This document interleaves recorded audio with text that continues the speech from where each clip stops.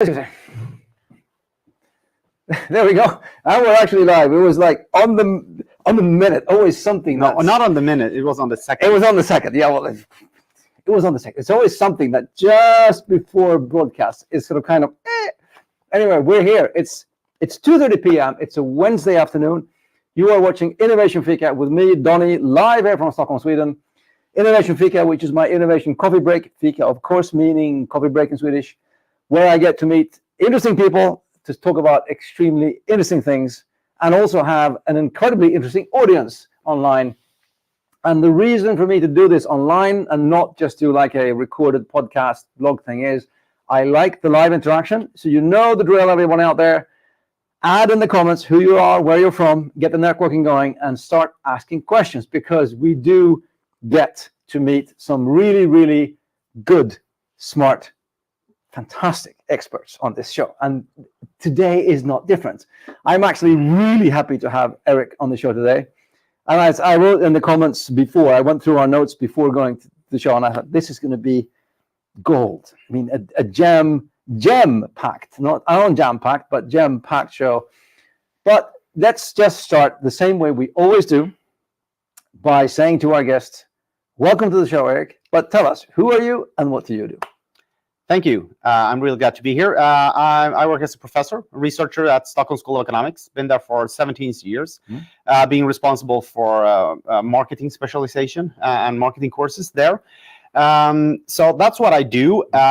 At least what I did before. I only did that before COVID-19 came. Then everything went digital, and all my keynote travels ended, and I had to go digital and then actually break it. The tech online web magazine here in Sweden gave me a call and said, like, yeah, our readers want somebody to talk about growth marketing for startups, scale-ups. Can you do this? And I was like, yeah, finally a new type of business. So I was really early on there, starting with Zoom, and then I started with helping companies online with different kinds of digital teaching, webinars. And then I founded a company, because what I realized was, as a keynote speaker, you can be Erik Modig. But if you're selling webinars or courses, you had to be a company. So I founded my own e-learning company, Marketing Levels.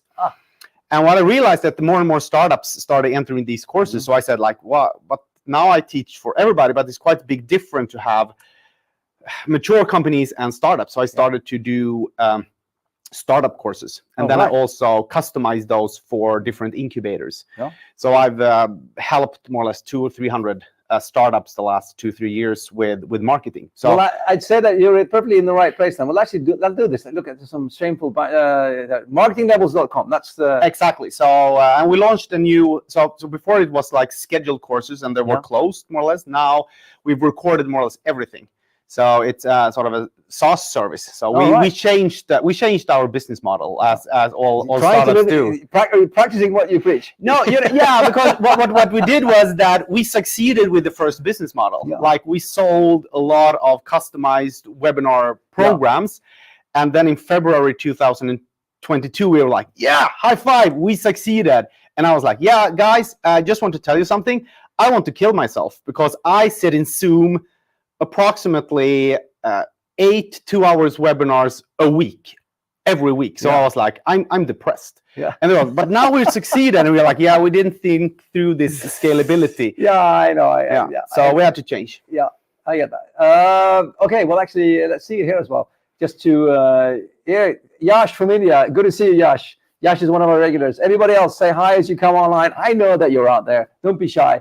And make sure to ask questions as we go along. And this is so appropriate, because we work with, like 400 new ideas per year. About 15% of those come out the other end of our process, hitting incubators on the market, and sometimes also going down to SSC Business Lab.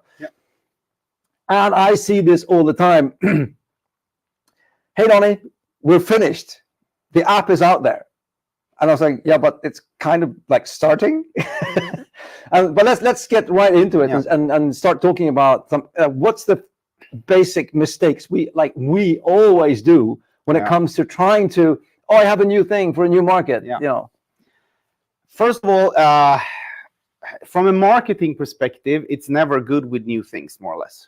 That's when somebody says, I have something completely new. I was like, Yeah. I don't want that. Because we think people do not change. People do not want to change that much. They don't want new things. Like 10% innovation seekers, they want new things, but 90% they don't want new things. And they definitely don't want to change their needs. And that's true for B2C, but also B2B companies. They don't want to change. So we don't want completely new things. So that's one of the biggest mistakes, I would say, that we are trying to find a gap in the market. And that's super for investors. That's why we do it, because investors see potential when finding gap in the market. So we are getting like focusing on those gaps, and theory and researchers are focusing on those gaps. However, when we have gotten the money, we need to go in and talk with the customers, and then it's more about how do we improve something existing. I think that's one of the first thing. Like try to look at what are you replacing, and don't come and say like we have a completely new need. People do not develop new needs. They have solutions to existing needs. So you have to say, what's the existing need? Why do they need a better solution to satisfy that need? Then I'm interested. And that is let's just stay in that one, because that is so spot on. Because when we speak to large companies and we present them with our startups, they go, we have a new solution. And I can see that, especially the bigger industry companies, they're going, okay, it doesn't work. It doesn't exist yet. It hasn't been tried. It's not proven. Give us a call in 10 years, okay? Yeah, and we're not going to be the ones taking the hit for this. Yeah, exactly. And also if they say like, yeah, we definitely want this. However, we don't have a budget for this new solution. So we, first of all, now we're in the budget process for 2024. We're in October soon. Yeah, we will not be able to squeeze you in. So maybe in the budget process for 2025. Okay, so let's have a meeting in November 2024. Yeah. And you're like, what? That's how big companies work. So that's one thing. And then people define the market as companies who can possibly use this solution. Yeah. But that's not the market. It's like if I invent anything I invent, of course there will be some companies that could use my product. But a market means that we have a place where this type of service or product actually sells and buys, and there are existing buyers and existing sellers on that market, and that's the market we can define. Not any sort of possible eventually companies could maybe use this.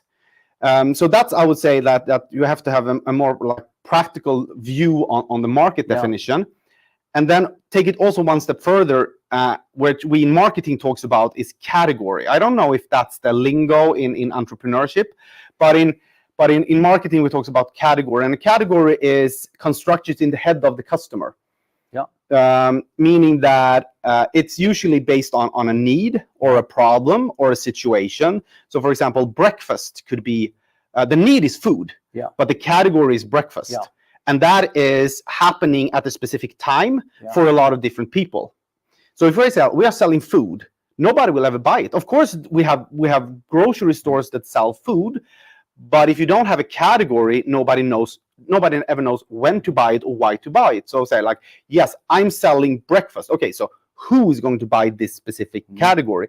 And now we are talking. Now we can start to estimate the market size or the amount of customers, and we can actually get people to buy it. And I see this is a big mistake for a lot of startups. They are defining, first of all, potential companies who could buy this, and they talk a lot about market, but they never talk about what's the category what are we actually selling. And I would say that is really hard both for B2C, mainly because it's more or less impossible to build a B2C category because it costs millions. So if you want to enter a B2C category, you need pretty deep pockets. But of course you can enter a B2B category, but you have to then know which category it is, because usually the budget is tied to a specific category, because a category is not defined from a company perspective, it's defined from an individual perspective. So we have to find the decision maker within that company. And now we start to talk about marketing. So we say, well, we have 200 banks have this need. No, the banks do not have a need. There's a person within that bank that has a need, and that person has some sort of category need in its head there. And do that person have a budget tied to that need? If you can explain for me that, yes, there is an existing budget in the head of a specific person within the company, and we are targeting that budget, then I say, well, then we can start with the marketing. I mean, I'm sitting and nodding and smiling because you've basically listed every single mistake. All of them. I mean, I've made all of these mistakes. I mean, I've been trying to run startups for 20 years, 4 years myself as well. And I can tick off every single box there, from sitting with one of the big retail chains, because we had this fantastic new mobile payment solution, and they were going, great, let's do it. And we were thinking, we can start working next week. And then they went, we can meet you again in 6 months. I'm like, 6 months? We're not alive in 6 months. That one, done that one, check. The whole thing of the category as well, when I started selling a food product, we were like, sort of, perfect, everybody wants this, right? And nobody understood how to use it because we hadn't matched it to, a context, a category. And we're like, yeah, but is it a snack, or is it a meal, or is it what is it? It was like made in between, and nobody could really identify their sort of contextual need. So I mean, I've ticked every single box there. And also me too. I know all of this, but I still don't know exactly how customers work. That's why you need to get your product out there and start talking with customers. Yeah. Because you will never need. We have never defined incubators as one of our biggest customers when we started Marketing Levels. We said it's marketeers. Yeah. No, it was incubators that has driven more or less 40% of our revenues. And we didn't know that. We realized that when started to interacting with customers. And I think that's important to get out there talking with customers, because then you will find the category. Yeah. Here's a comment from Rohit there. Isn't that your line on it? If everyone is your customer, then no one is your customer. Yeah, exactly. Totally. That's one of my mantras we keep on going on about here. But then so in your new pitch, then you probably have, there are so many incubators in the world. Look at our potential market. No, I mean, if you've been a early stage startup, you would just do here's all the incubators in the world. Yeah. They'll buy our product. Yeah, I would probably do that, but then of course, then I will get closer to a market definition. Yeah. But then of course, that's really bad for then starting to market myself, because I have to focus on the one that I have a high likelihood to actually get as customers. How do you define that? How do you define who is that you just said, the likelihood? How do you can actually get to the point where you can start sort of building some kind of, group of, okay, well, these are more like the ones that are, how do you get to that point? I think one is testing. One is, of course, based on experience. But I also think it depends so much where you're from and like what kind of company you're actually building, I would say. So it's trying to match what is the most likely customer, and do not aim too big. Some people go for the big customers, and then you will end up in a lot of long processes. I usually say go for small, easy customers first and start working with them, and then you learn, and then eventually you can get larger clients. So we got a huge global company saying like, we want a meeting, and I was like, no, not yet. Like we will never be able to deliver presentations that when you send it to your HR function that they will accept, because you're too big. So I was like, no, it's a little bit delayed. But that's a brave move to say no to something like that you can't, because most people will just be happy that somebody wants because they've been trying to sell it, and then somebody goes like, yeah, we want this, and I go, yeah, sure. I see that as well. I've seen startups, some of them from here, some outside as well, that have gotten in too deep too soon, and they just cannot deliver on what they promised in that first meeting as well. And you have to realize, when you look at the customers, what else, which other companies are they buying from? So what are they used to? And if you go in there and you're a small startup and you used to sell a deal for 20,000 euros or something like that, and then somebody comes in and say like, yeah, but we're interested in a deal for 500,000 euros. That's a completely different. And it will come with completely different demands, etc. So I would say start with some smaller customers, and then you will learn a lot, and then eventually you will find those bigger and bigger clients. And I think another thing you mentioned as well, which was I like the fact you said it's a person within a company that has a need. It's not the company that has a need. It's like, you need to find the right wallet, because there's a marketing budget wallet, and then there are lots of wallets. I mean, depending on what they do, and you cannot speak to like the head of IT and sell something which is on the marketing side, because that's two separate people with two separate needs as well. So I think that's a really good way of expressing it, is that it's not a company that has a need per se, but it's a person in a company that has a mandate and the money to fulfill that need. And the bigger budget, the more people within the company needs to prove it. And that's a much complex sale. So I would be scared when I get too big questions, because I realize that we will not be able to handle, because we will have to have too much sort of marketing. And I also say, like, when it comes to handling big clients, I usually say it's the branding that can't keep up with startups. They might have a better solution, but the companies don't feel that they're a trustworthy partner, I would say. And especially if you're, for example, here at KTH, when you're tech-driven, I see that there are so many tech-driven companies that have great solutions, but when they go out there, get their first customers, which are like collaborators to KTH, etc., but then they go out to real customers, and then they don't have the polish, the finish, all of those things that that client are used to. And then the other company said, like, yeah, we like it, but we don't. And you're like, why not? It's a better solution. It doesn't feel right. Well, that actually ties right into this is a good one here from Avanti. Erik, could you speak of your experience of putting together a team together? Because this is kind of what you just touched upon now, right? So I'm not an expert in entrepreneurship. So it's only about marketing now. But I would say that I learned a lot when because I started my company, and we added young people that were enthusiastic, but then eventually we added somebody who was 60 years old, and that helped us a lot. Somebody who has been on the client side for a long time and could just say, like, this is the expectation. So that's one recommendation. And this is not research based right now, because this is not my sort of, but from my experience, make sure to have somebody either as an advisor or another person that has been on the buyer side for a long time, especially if you're in a B2B, and trust what they're saying. This, like, we're young and unique, you don't know. Well, yes, when it comes to getting attention online, but not when it comes to sealing the big deals. And that's one of my second sort of big takeaways, that there's a big thing, that there's a difference with what gets you the attention, especially today when sort of 70 to 80% of the attention is driven digitally, and especially in social media. Those algorithms are like wired to get attention to certain kind of content.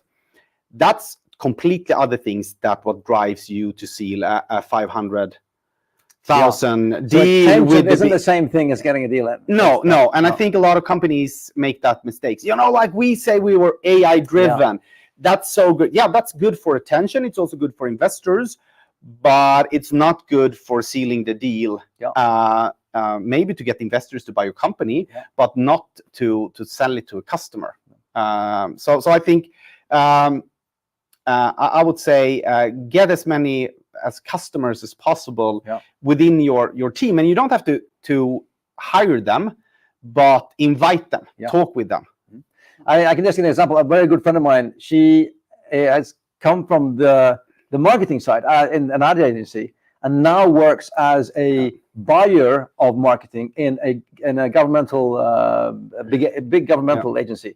And the change she makes by knowing the seller side, and meeting, and she can meet the sellers on a good conversational level as well. It just makes all the difference. Here's a comment from Marcelina in Poland. My favorite response from biotech founders to questions about the market is, Bamblion. We all need a cure from cancer. And I'm like, huh? It helps a lot to break this down to potential commercial and the potential end user. It's Brian. Yeah, but for the innovators, their idea is always fantastic. Yeah. Their idea is always the best one. Nobody's ever thought of it before, and it's the new way of doing things. And I often meet innovators that when I say, yeah, but isn't that just like da-da-da? And they go, no, it's just a completely different thing. But for me as a user, it's like a substitute of what I'm using today. Definitely. And there's also how much better do a product needs to be for me to switch? Yeah. We have quite high switching costs. Yeah. So if somebody says like, yeah, but this product is 10% better, I don't care. It's not worth it. It's not worth it. And I think that's really important. I've met a lot of founders say like, yeah, we developed this and we can save 7%. Well, yeah, nobody will switch for 7%.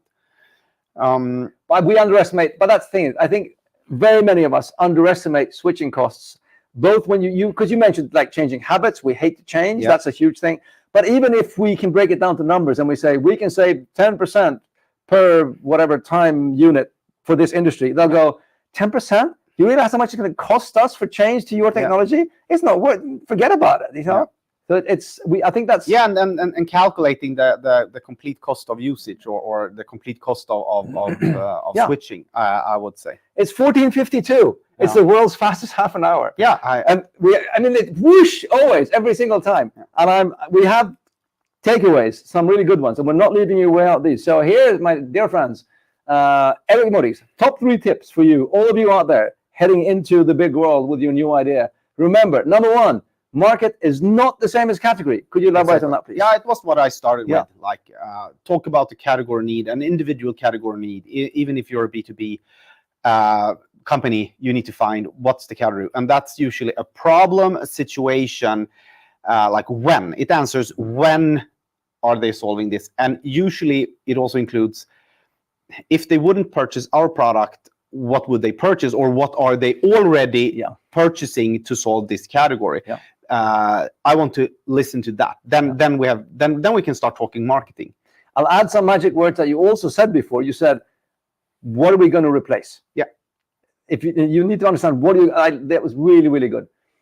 Tip number 2, drivers of attention is not the same thing as drivers of purchase. Yeah. So I see some companies that get a lot of attention, but then they come to me and say like, but nobody buys our product. It's because your homepage or your sales slides are saying the same thing as you got attention for.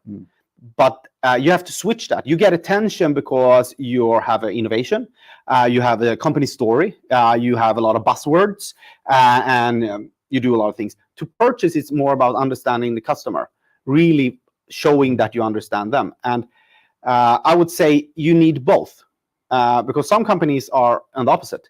They have great understanding on the customers, but they cannot say anything that is cool or get any attention. You need both. So it's 2 different kinds of lingos you need.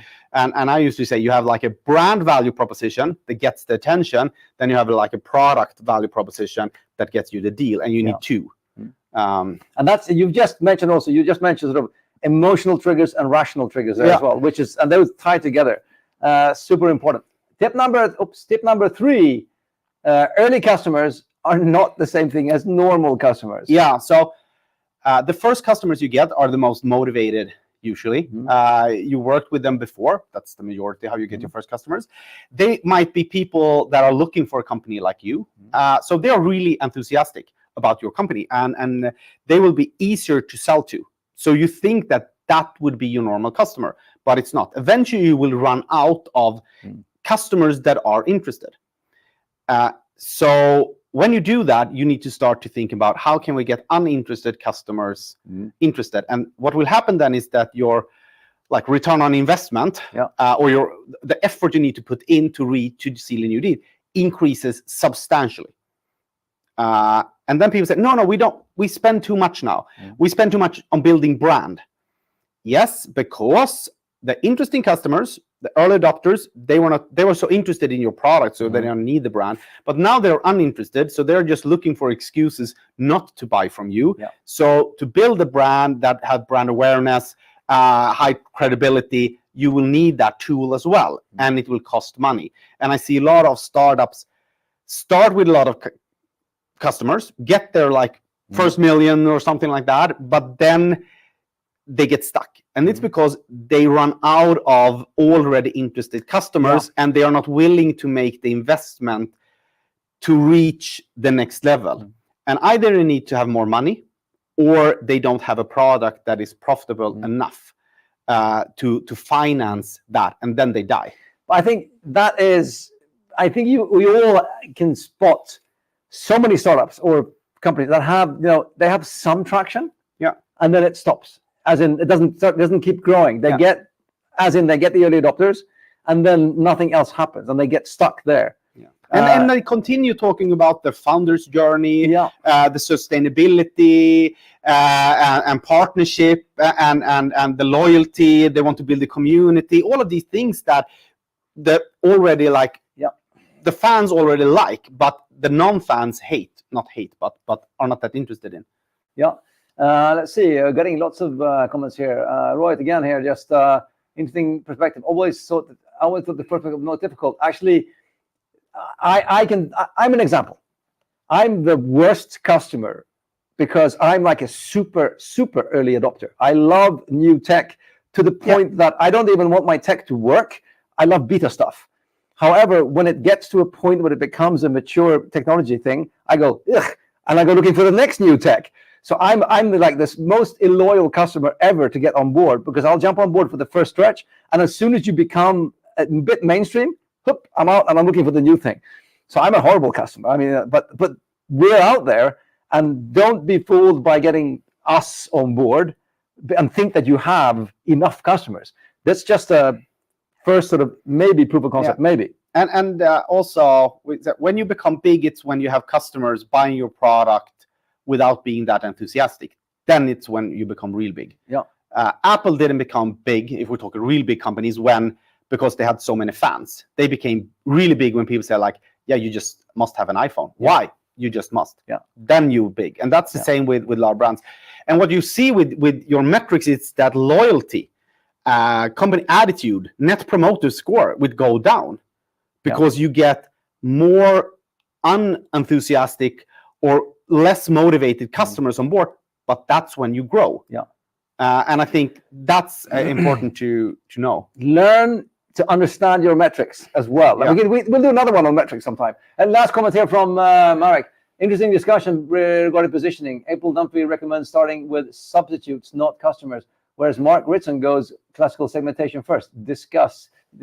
Any comment on that? The last minute of the...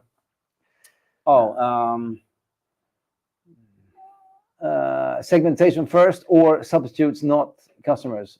Explain substitute, not customers. Probably. I'm not sure what he means for that. We'll come back to that. We'll answer that in the feed afterwards. Don't worry about that. Well, segmentation is a big segmentation question. Right now, and small companies need to segment because they don't have the money to address the whole market. And all this discussion about that you shouldn't segment. Well, it's based that you have a lot of money. But of course, you should segment the market. That I would say. Well, it all comes down to, we talked about it before. You have to narrow it down to find not all companies. I mean, I even had this is a classic Swedish example. Is that there was a company way back in, I think it was the 80s. They were going to sell windsurfing boards, and they did sort of how much coastline is there in Sweden? How many people lives along the coastline? I.e., here are all our customers. I was like, no, they aren't your customers. I mean, it's like you have to find the people. Maybe not in maybe the coastline is the completely wrong segmentation factor as well. So narrowing it down to at least finding, as you said, the person in the company who experiences the need, that has the mandate and the wallet to actually do something about it. And another example, sorry for speaking more about this, but a good example from KTH Innovation, run by experienced people who came in and they did a project. They priced it just below the level, so they knew that a single purchaser could sign off by himself. There was no group decision. They didn't have to go to a higher level. They knew that if we price it here, anybody who wants it, they can go, I'll buy it, because it will go under the limit. And that's how they built their first 1,000 customers. So, there's loads of ways of doing that. It's 3 o'clock. It's on the nose, 3 o'clock. Erik, thank you for coming. Thank you. It's world's fastest half an hour. Everybody, thank you for asking questions. We'll check the feeds and we'll talk about more. Please keep the comments going in the feed.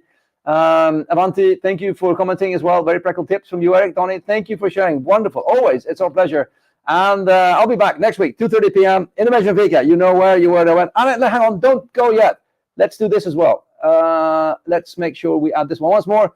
Marketinglevels.com, Erik's online company. Check that one out. Yeah, and we'll get the startup offering a specific startup course set with 30 specific courses only for micro courses for each of the different needs. So we'll be launching that in October. Also, follow us on LinkedIn to get the news there. Of course, Erik is accessible on LinkedIn. Yeah. I'm accessible on LinkedIn. Yeah. Don't forget my Thursday Super Connected thread on that LinkedIn. Every Thursday I post a Super Connected thread where we help each other get relevant connections. So see you tomorrow on LinkedIn.